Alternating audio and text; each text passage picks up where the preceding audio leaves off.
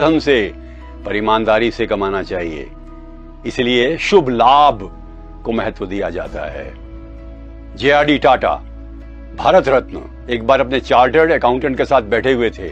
बहुत बड़ी रकम थी जो चार्टर्ड अकाउंटेंट साहब कह रहे थे हमारी बच सकती है यदि हम इसको इस ढंग से पेश करें। टैक्सेशन का मामला होता है ना। टाटा ने पूछा क्या ये लीगल है, कानून के अंतर्गत सही है? चार्टर्ड अकाउंटेंट ने कहा सही है। फिर उन्होंने पूछा क्या ये नैतिक है? चार्टर्ड अकाउंटेंट चुप हो गया। टाटा ने कहा नहीं, हमें ऐसी हजारों करोड़ रुपए की कोई भी इनकम नहीं चाहिए जो नैतिक ना हो। नैतिकता केवल एक ईमानदारी की परिभाषा लिए हुए जो धन से संबंधित है वो नहीं है।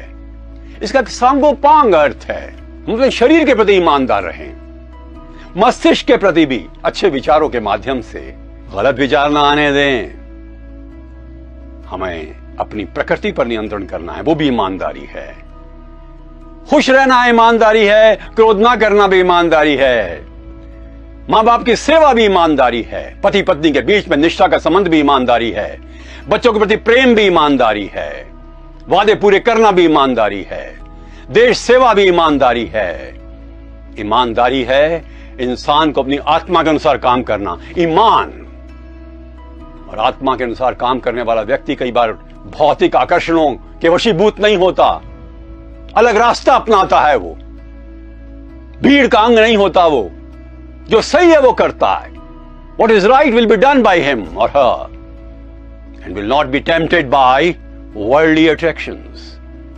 ऐसे व्यक्ति हैं जिन्होंने जीवन में कुछ सिद्धांतों का बचपन से ही पालन किया।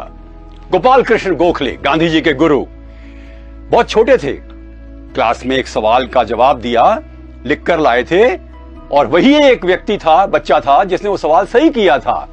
टीचर ने कहा तालियां बजाओ, सबने तालियां बजाई। गोपाल कृष्ण गोखले रोने लगे। क्या बात हो गई, तालियां बज रही हैं तुम्हारे लिए? उसने कहा यह सवाल मैंने नहीं किया था, मेरे पिताजी ने किया था, इसलिए तालियां गलत हैं। My God, what a level of honesty. जो चीज मेरी नहीं है वो मैं नहीं अपनाऊंगा।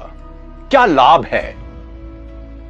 इज्जत मिलती है, ईश्वर की निगाहों में अच्छे बनते हैं, मां बाप की निगाहों में अच्छे बनते हैं, खुद की निगाहों में अच्छे बनते हैं। खुद और खुदा, हमारे बच्चों को गर्व होता है, देश को गर्व होता है, संस्थाएं से अच्छी बनती हैं, संस्थाएं सच्ची बनती हैं, समाज में परिवर्तन आता है, विश्वास पैदा होता है हमारे प्रति, लोग हम पर भरोसा करते हैं। ऐसी सुंदर एकता आती है, सौम्यता आती है, निष्ठा आती है, विश्वास आता है कि जीवन में सुख और शांति मिलती है। मत मानिए कि ईमानदारी की कीमत कम है, इससे अधिक किसी चीज की है ही नहीं।